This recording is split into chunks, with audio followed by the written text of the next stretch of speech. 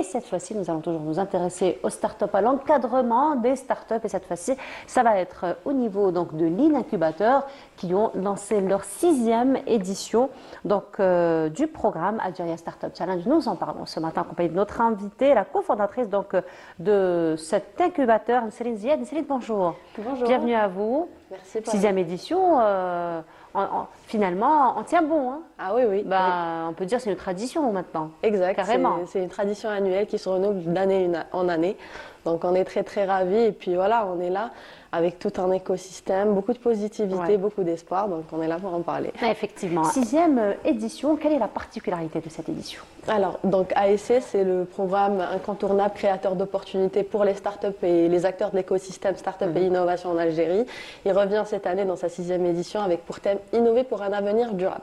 Le principe, c'est que c'est un programme fédérateur, donc qui est placé sous le parrainage du ministère de l'économie, de la connaissance, des startups et de la micro-entreprise, ainsi que du ministère de l'environnement et des énergies renouvelables, avec aussi une panoplie d'acteurs économiques qui viennent avec des problématiques qui concernent donc leurs entreprises, c'est essentiellement de grandes entreprises, mais aussi leur industrie. C'est essentiellement le domaine des assurances, l'optimisation de l'eau, l'énergie, l'hygiène, l'économie circulaire.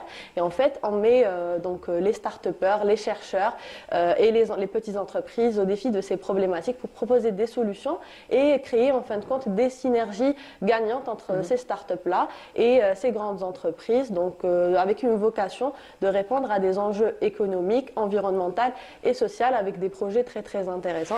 Donc pour cette 6e édition, on a reçu pas moins de 300 inscriptions de start-up de l'ensemble du territoire national, mais aussi des Algériens qui résident à l'étranger. C'est un programme qui connaît d'année en année la participation de plus en plus de chercheurs, et ce qui est très très intéressant parce qu'on voit de plus en plus les chercheurs donc s'intéresser au domaine de la valorisation de la recherche scientifique, ce qui est très très important aujourd'hui.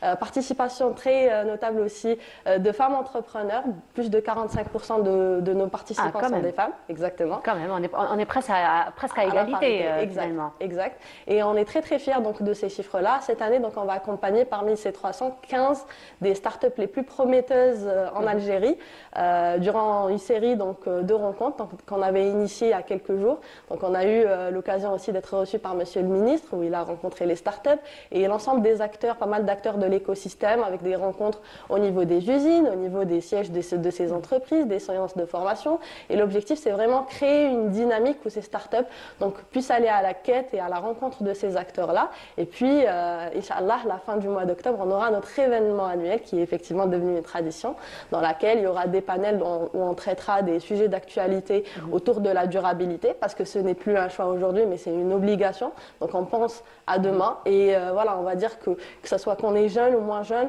aujourd'hui, il y a une vraie sensibilisation et une vraie prise de conscience des startups, des chercheurs ou encore des entrepreneurs par rapport à cette thématique avec vraiment des sujets qui sont très très intéressants qui sont traités par ces dernières. Effectivement. Alors justement, Céline, est-ce qu'on peut dire que c'est un événement qui s'inscrit aujourd'hui dans la grande politique, on va dire, internationale qu'on essaie un peu d'inculquer au niveau des entreprises, la RSE, donc la responsabilité sociétale des entreprises. Est-ce qu'on peut dire que c'est un événement qui est en train d'inculquer un petit peu cette politique aujourd'hui? Exact. Donc l'objectif, c'est effectivement de pouvoir nous aligner donc, par rapport à la responsabilité sociétale et économique de ces entreprises-là. Mais ça va aussi dans le sens aujourd'hui où il y a une stratégie nationale qui est portée par donc, Monsieur le Président avec une logique de dire aujourd'hui que l'objectif à horizon 2030, c'est d'arriver aussi à 3% du PIB, 3% des investissements qui passent aussi sur la recherche et développement.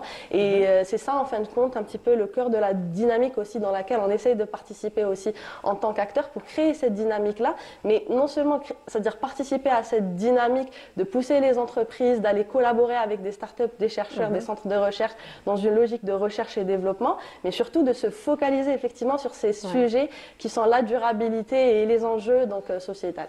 Alors, je vois que Ania est très, très, très imprégnée par ce que vous dites. Hein, Ania? Oui. On se projette, Ania? On se projette. On se projette? Oui. On se voit déjà start-up participer à cet événement? quelques années après peut-être. Inch'Allah. Inch'Allah, Non, mais oui. c'est vrai, hein, je la voyais très imprégnée, elle est là. Oui, oui. Ouais, effectivement. c'est-à-dire le concept de la start-up, je pense que c'est venu du monde de l'université, de Oui. la recherche, etc.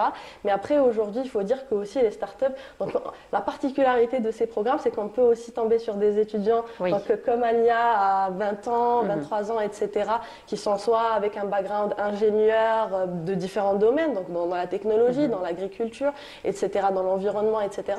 Mais aussi aujourd'hui des chercheurs, des gens aussi en fin de carrière, des professionnels qui se reconvertissent vers ce monde de l'entrepreneuriat, où en fin de compte, ils font bénéficier de leur expérience et leur expertise, en fin de compte, en les transformant aussi sur des projets créateurs de valeur et de richesse pour notre patrie. Effectivement. Alors justement, Anne-Céline, vous avez dit que vous avez un peu plus de 300 donc, propositions de participation à cet événement.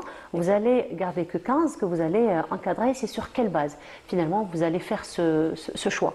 Alors essentiellement, il y a des critères notamment sur l'originalité des projets, donc la dimension innovation, la dimension durabilité, comment elle est traitée, la faisabilité du projet. Après, essentiellement, l'objectif à travers notre programme, c'est vraiment d'arriver à des synergies gagnantes, donc des partenariats, donc concrètement avec nos partenaires économiques. Donc on va sélectionner les projets qui répondent réellement aux problématiques qui ont été adressées et l'idée, c'est par la suite que ces startups arrivent par la suite donc de signer des bons de commande, d'avoir des partenariats. Aujourd'hui, ces programmes-là, donc ça fait des années qu'on les fait avec pas mal de startups, etc. On a certaines startups qui commencent aussi à s'exporter à l'international, ce qui est remarquable aussi.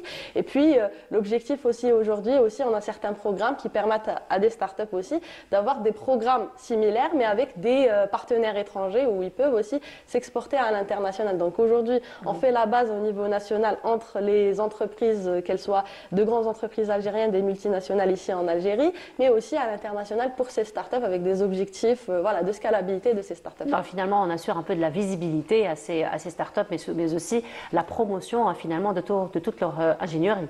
Exact, exact. Donc, c'est une question de valorisation. On a des gens qui ont beaucoup de talent, beaucoup de solutions qui sont très, très intéressantes, viables, avec des projets concrets. Et puis, à travers ce programme-là, ça leur donne de la visibilité, ça leur donne l'accès aujourd'hui à des personnes peut-être auxquelles ils n'ont pas accès. Le network, c'est très, très important dans le monde de l'entrepreneuriat. Et puis, surtout des outils qu'il leur faut aujourd'hui pour pouvoir valoriser leurs projets, parce que des fois, c'est essentiellement des chercheurs, c'est essentiellement des ingénieurs. Ils peuvent être très, très bons techniquement sur les solutions, mais après, il manque ce petit grain-là et voilà, on est là pour... Communication, marketing, Exact, c'est ça.